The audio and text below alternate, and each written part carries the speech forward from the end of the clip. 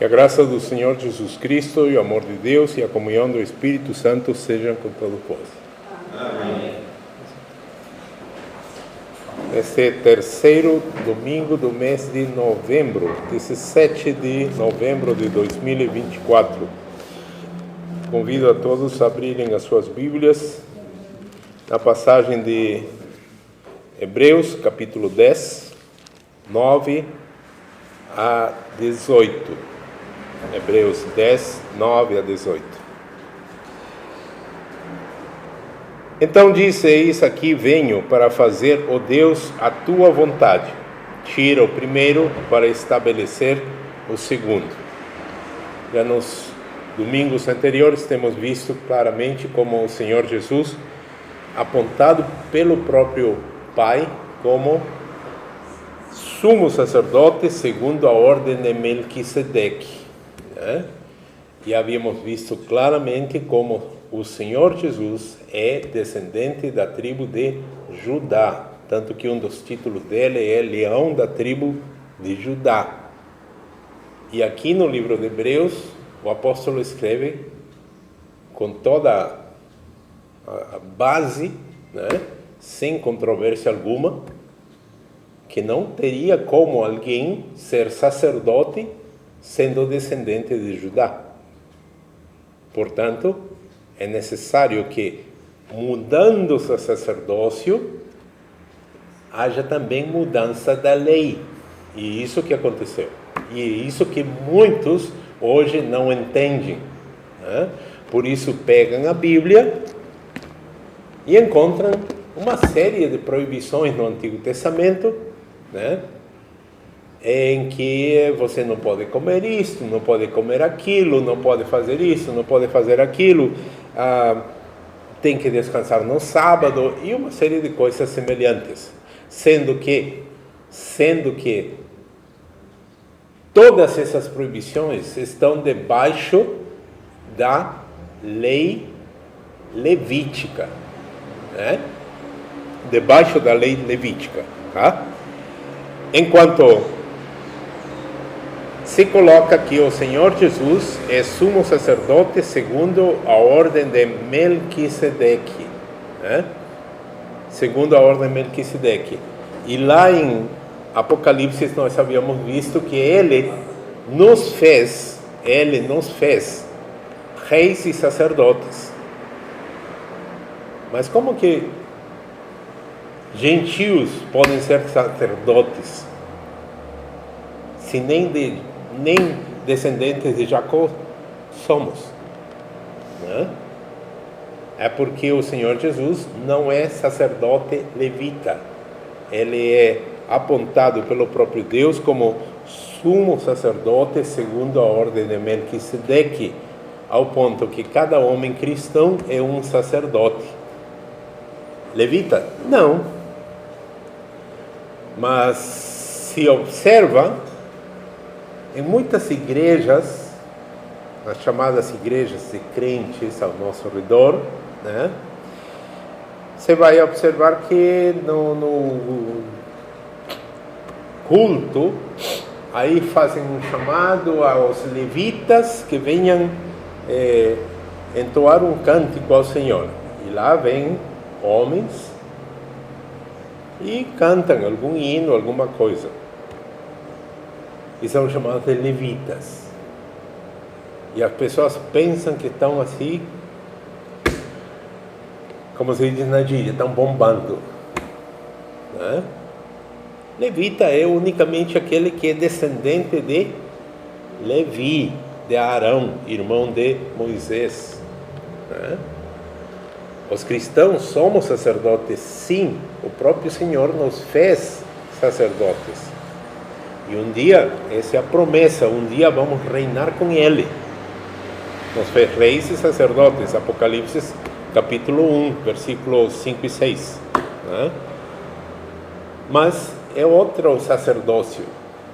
Por isso que em Hebreus está escrito: mudando o sacerdócio, se faz também necessariamente ou obrigatoriamente mudança de lei. Portanto, nós não estamos debaixo dessa lei do Antigo Testamento. É outra. né? A substituição da antiga aliança, né? E aí, olhando o versículo 9 de Hebreus, capítulo 10, então diz: eis aqui venho para fazer, ó Deus, a tua vontade. Tira o primeiro para estabelecer o segundo. Fazendo uma pergunta: qual é a vontade de Deus? Está aí escrita a resposta: tira o primeiro para estabelecer o segundo. O primeiro o quê? Segundo o quê? Testamento. Tira o primeiro testamento, a antiga lei, para estabelecer o segundo, o novo testamento, debaixo de um novo sacerdócio segundo a ordem de Melquisedeque. A santificação pelo sacrifício de Cristo, versículo 10, na qual vontade, a vontade de Deus, temos sido santificados pela oblação do corpo de Jesus Cristo, feita uma vez. Os sacerdotes do Antigo Testamento, uma e outra vez, todos os dias, eles ofereciam sacrifícios.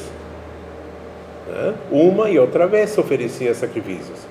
E o sumo sacerdote de Israel, uma vez por ano, também se apresentava para oferecer primeiro o sacrifício por ele e depois pelo povo. Mas aqui nós vemos o sacrifício do Senhor Jesus Cristo feito uma só vez. Em Hebreus 7, 27, nós lemos o seguinte: que não necessitasse, como os sumos sacerdotes, de oferecer cada dia sacrifício, primeiramente por seus próprios pecados e depois pelos pecados do povo, porque isto fez ele uma vez, oferecendo-se a si mesmo. Então, esse novo pacto foi estabelecido não sem sangue, porque sem sangue não há remissão de pecados. Foi oferecido com sangue. Com que sangue? O seu próprio sangue. E isso fez uma vez, com sua própria vida. Terceiro ponto aqui, o versículo 11. E assim, todo sacerdote aparece cada dia, ministrando e oferecendo muitas vezes os mesmos sacrifícios. Versículo 11 termina: que nunca podem tirar os pecados. Os mesmos sacrifícios que nunca podem tirar os pecados. É ineficácia. Por isso que a antiga lei, o Antigo Testamento, é chamado ineficaz, fraco, inútil. Por quê? Porque o derramamento de sangue de uma novilha, de um cordeiro, não tirava o pecado. Era só uma sombra para o verdadeiro sacrifício que haveria de vir. O verdadeiro sacrifício que nós encontramos em João, no Evangelho de João, no capítulo 1, versículo 29. No dia seguinte, João o Batista, viu a Jesus que vinha para ele e disse: eis o Cordeiro de Deus que tira o pecado do mundo. Eis o Cordeiro de Deus que tira o pecado do mundo. Não é como aqueles sacrifícios do Antigo Testamento, de ovelhas, bodes, touros, que eram feitos como sombra do verdadeiro sacrifício. A eficácia do sacrifício nós vemos aí em Hebreus 10:12. Mas havendo oferecido para sempre um único sacrifício pelos pecados, está assentado à destra de Deus, havendo feito uma única vez, um único sacrifício. Subiu e está assentado à destra de Deus. E lá no Salmo 110, no primeiro versículo, Salmo 110, no primeiro versículo está escrito: disse o Senhor ao meu Senhor: assenta-te à minha mão direita, até que ponha os teus inimigos por escabelo dos teus pés. Assenta-te à minha direita, até que ponha os teus inimigos por escabelo dos teus pés. Salmo 110, 1. Em Romanos 8, 34, nós encontramos outra referência. Romanos 8, 34. Quem é que condena? Pois é Cristo que morreu, ou antes, quem ressuscitou dentre os mortos, o qual está à direita de Deus e também intercede por nós. O Senhor Jesus subiu aos céus, assentou-se à direita de Deus e intercede por nós, agora e na hora da nossa morte. Percebem como é horrivelmente errado atribuir a intercessão feita pelo Senhor Jesus? É horrivelmente errado atribuir essa intercessão à mãe dele. Milhões ou bilhões, não sei, ao redor do mundo repetem essa oração, né? Que interceda por nós agora e na hora da nossa morte. Quando a palavra de Deus nos diz claramente que quem faz isso é o próprio Senhor Jesus, mais ninguém, né? A vitória final de Cristo, versículo 13 de Hebreus 10. Daqui em diante, esperando até que os seus inimigos sejam postos por escabelo dos seus pés. Lembram? Salmo 110, 1. Séculos antes do Senhor Jesus, quando o povo de Israel lia o Salmo 110, 1, vocês acham que eles entendiam a que se referia? Eles não entendiam. Não sabiam a que se refere. É um mistério. Nós hoje, que estamos vivendo os últimos minutos, agora entendemos. Mas é aquela coisa, né? É fácil entender depois que tudo aconteceu, né? Mas quando você está lá, séculos antes que aquilo aconteça, a que se refere? Né? Eu creio que as igrejas erram ao não reconhecer o reinado de Cristo durante 1000 anos. Não, isso aí é um simbolismo do poder do Senhor Jesus e é uma ginástica que fazem nas igrejas para dizer que isso não vai acontecer. Outra ginástica fantástica que fazem as igrejas tradicionais, históricas, é o Apocalipse inteiro. Não, porque isso aconteceu lá no primeiro século. Eu não entendi, nunca entendi como é que eles entendem que o Apocalipse inteiro já aconteceu no primeiro século. Mas essa é a posição oficial, teológica, que na teologia se chama preterismo. quer dizer, o Apocalipse inteiro já aconteceu em tempo pretérito, ano passado. Tá, e então a tribulação, o anticristo, não, fique tranquilo, isso era símbolos, é o que eles explicam, né?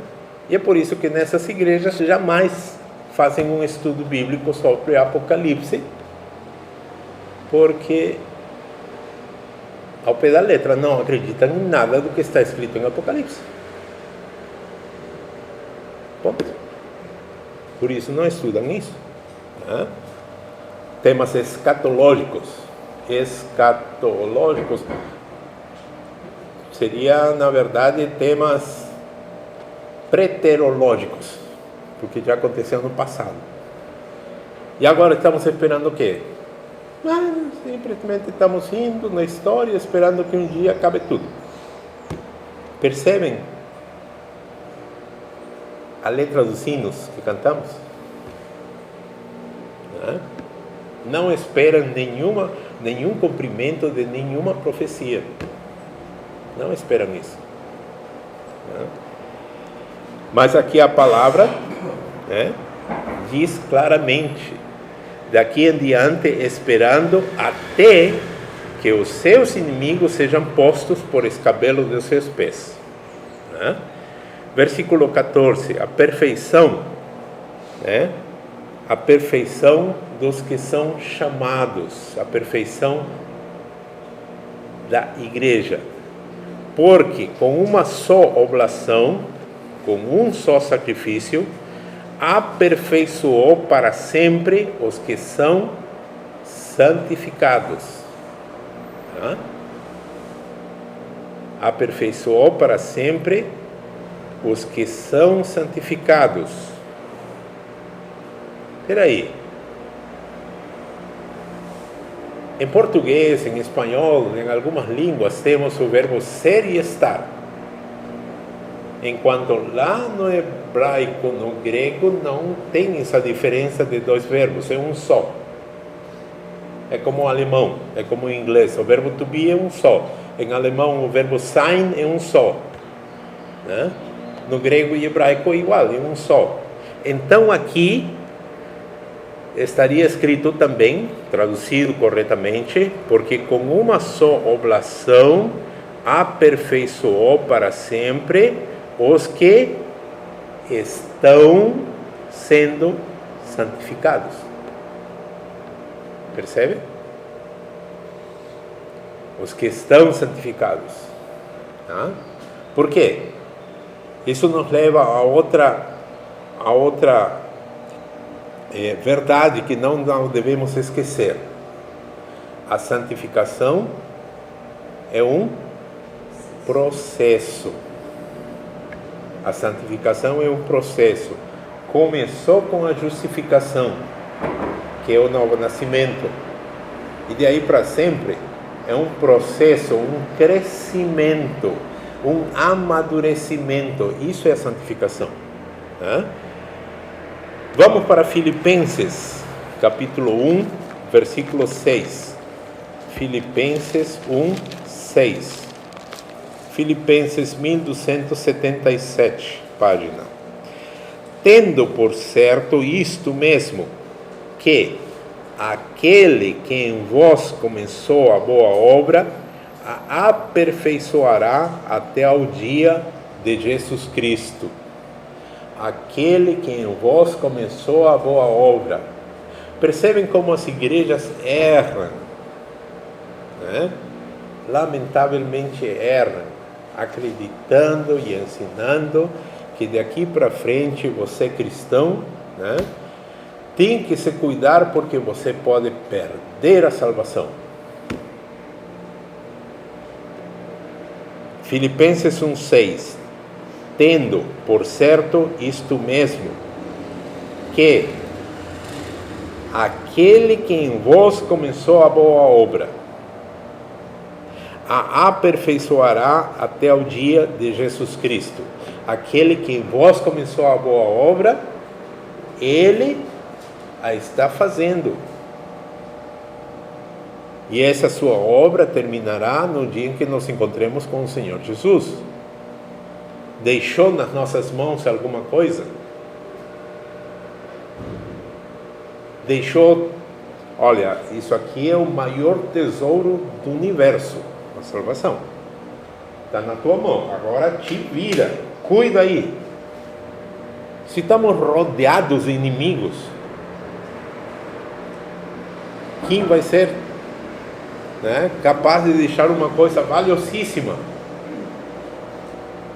nas mãos de alguém que na primeira vai perder? É o próprio Senhor Jesus. Aquele que começou a boa obra a aperfeiçoará. O Senhor Jesus disse lá em João: as minhas ovelhas estão protegidas na minha mão e na mão do meu Pai. E da minha mão e da mão do meu Pai ninguém as arrebatará. Não é que o cristão vai perder a sua salvação porque ele não está protegendo nada. Nós estamos protegidos na mão do Senhor Jesus e na mão do Pai. E daí ninguém pode nos arrebatar. Então, a perfeição dos santos é o próprio Deus que está fazendo.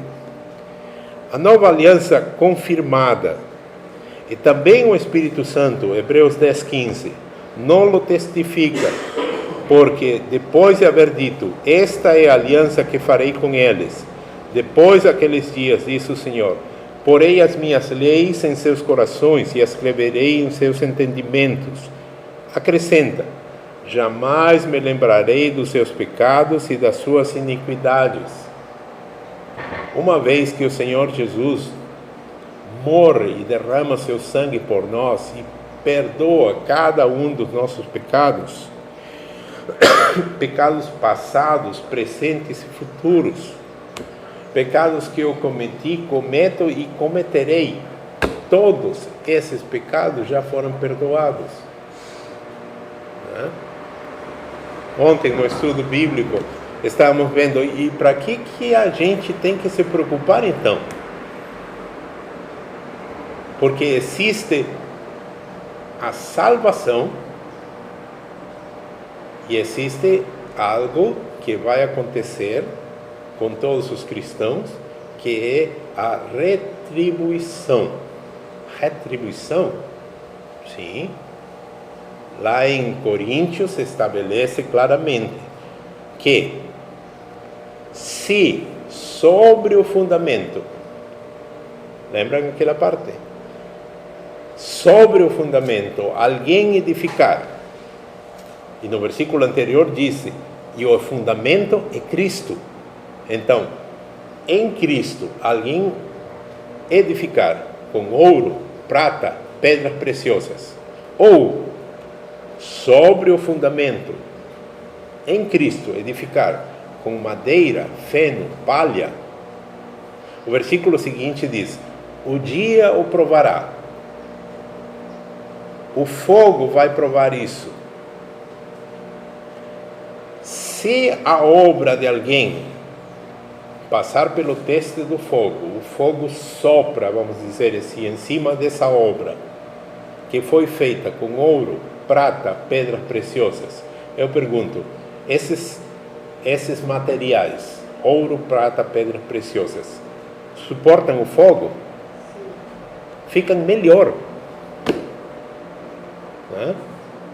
Mas, e se o que alguém construiu, e esse alguém que construiu é um cristão, que estando em Cristo, construiu a sua vida com madeira, feno, palha. O fogo vem, o fogo é o juízo, né? O fogo vem sobre a madeira, o feno e a palha, o que sobra, não sobra nem cinza. Nada. E aí o apóstolo termina dizendo aos coríntios: todavia, esse aí sofrerá detrimento.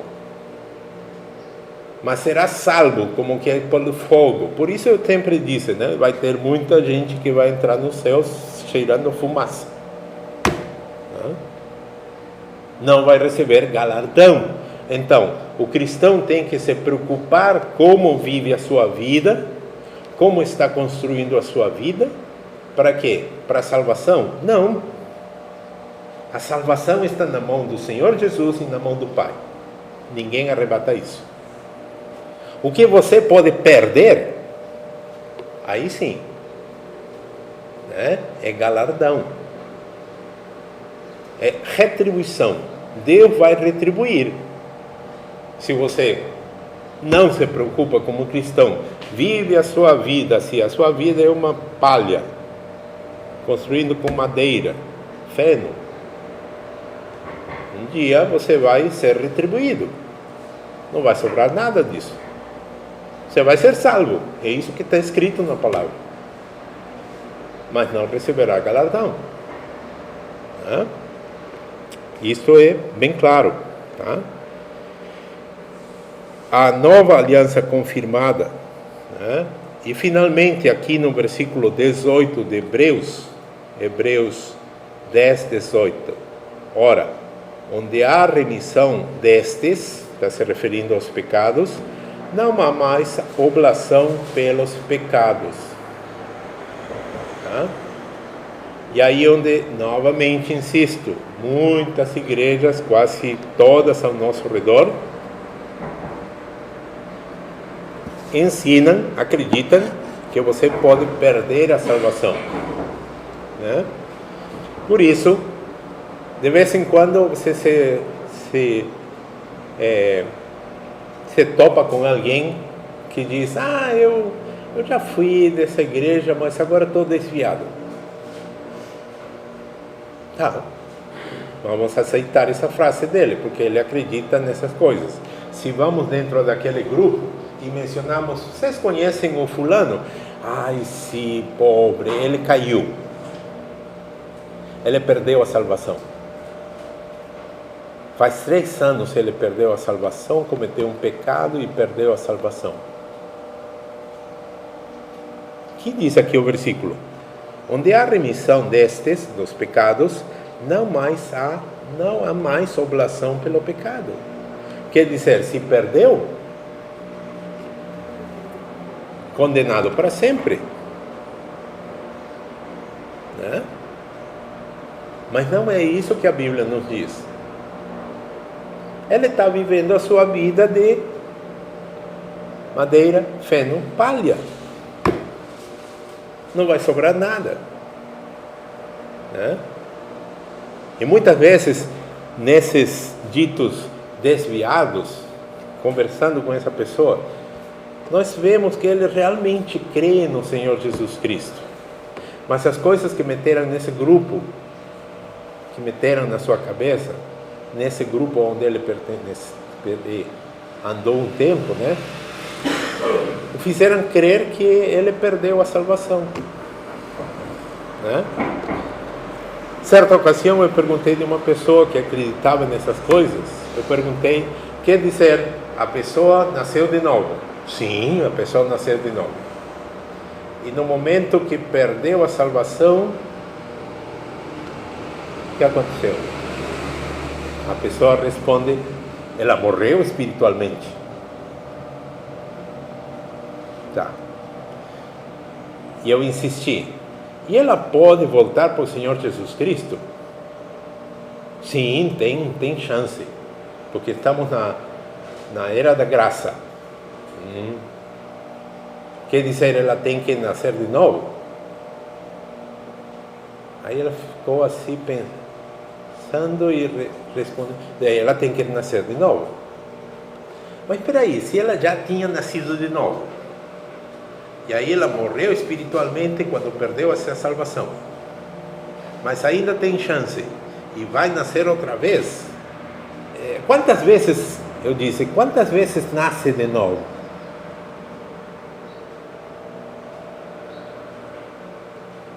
Aí a pessoa olhou para mim, não falou nada, mas no seu olhar, tipo, ser um chato. por raciocinar. É só pensar. Se nasceu de novo, nasceu de novo. Né? Não vai cometer um pecado tipo de Adão, cuja punição seria a morte espiritual. E se isso aconteceu, a morte espiritual, não tem mais volta. É o que a Bíblia nos diz aqui em Hebreus, bem claro. Né? O que seria o pecado contra o Espírito Santo? Não tem isso. Né? O próprio Senhor Jesus diz claramente: se alguém pecar contra o Pai, blasfemar contra o Pai, será perdoado. Se blasfemar contra o Filho, será perdoado. Mas contra o Espírito Santo não tem perdão, nem agora, nem depois, nunca. Isso é que a palavra ensina. Mas o que essas igrejas que acreditam no livre-arbítrio e acreditam na perca da salvação e ensinam essas coisas, e aí produzem esse tipo de pessoas que se descontentam, né? Ao nosso redor tem muitos deles, e de um tempo para cá se utiliza um nomezinho: os desigrejados. Pessoas que se mostraram seu descontentamento com todas as igrejas e não vão para nenhuma igreja.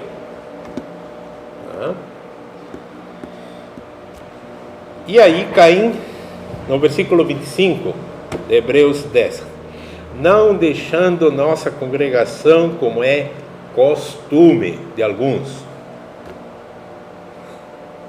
Deixar a congregação, deixar de congregar, é costume de alguns. Antes, admoestando-nos uns aos outros, tanto mais quanto vedes que se vai aproximando aquele dia. Nós estamos vendo, estamos sentindo que as coisas já não são de jeito nenhum como eram 10 anos atrás, 20 anos atrás. Pastor, tem alguma coisa acontecendo? Exatamente. Os sinais estão ao nosso redor, se cumprindo quase todo dia, numa velocidade assim espantosa. E aí? Os cristãos deveriam se reunir, aproveitar ao máximo o tempo, não deixando a nossa congregação, como é costume de alguns, antes admoestando-nos uns aos outros, e tanto mais quanto vedes que se vai aproximando aquele dia. Não pensemos, as pessoas perdem a salvação. Isso é um erro grosseiro. As pessoas vão perder, sim. Vão perder o quê? Galardões. Vai haver a justa retribuição. Construiu com madeira, feno, palha, não vai sobrar nada disso. Vão ser salvos, todavia, como que através do fogo.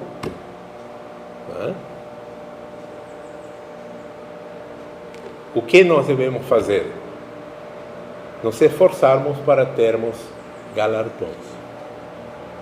A salvação está nas mãos do Senhor Jesus e na mão do seu Pai. E daí ninguém a pode arrebatar. Agora, nas nossas mãos está a questão dos galardões. Que Deus nos dê a graça de vivermos nesta nova aliança,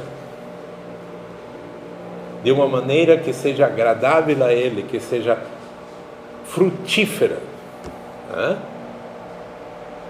A vontade de Deus é que demos muito fruto e o nosso fruto permaneça. O próprio Senhor Jesus nos disse isso. Esse fruto não é para salvação, esses frutos são para galardões.